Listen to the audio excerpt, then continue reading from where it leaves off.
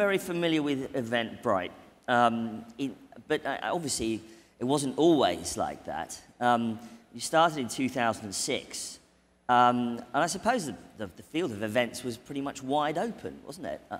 It really was. We felt there was our main competition in 2006, believe it or not, was Excel spreadsheets and email and people collecting checks or collecting money at the door.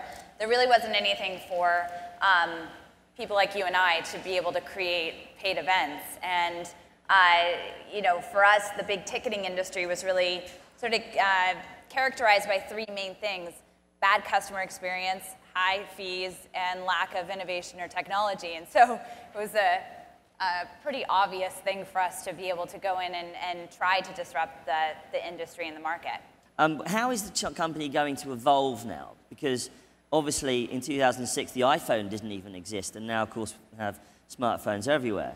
I mean, what are you going to do around events? Because there's so much competition for engagement now. Mike, people are actually coming to EventBrite to find things to do. Our next great chapter, which we're really commencing now, is how do we attract people to EventBrite? How do we become a place to find things to do?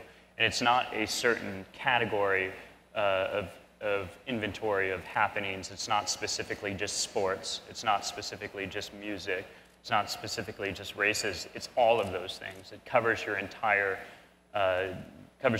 life. And every week we're selling about 1 million tickets now. And over half of those tickets being sold are being bought by repeat buyers.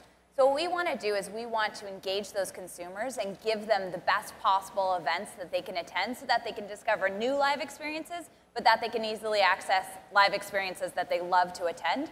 And how we think about it is, you know, we've been very organizer-centric, as Kevin stated, so we've been very focused on the seller part of a marketplace. We actually never actively engaged the buyers. We've never said, here are 3 events we know you'll love.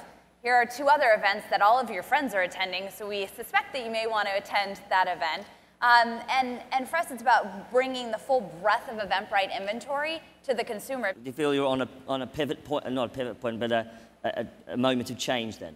Definitely. It's a stair-step progression, so you can't get from one to the other.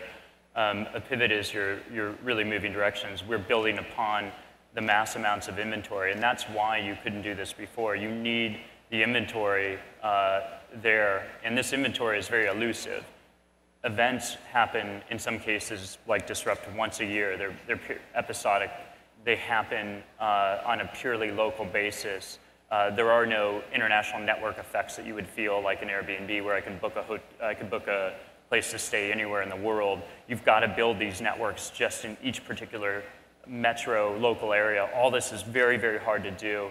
And you've got to do this, you've got to get a critical mass of quality inventory. What we've done really well is focused on the end goal, which is helping organizers sell more tickets.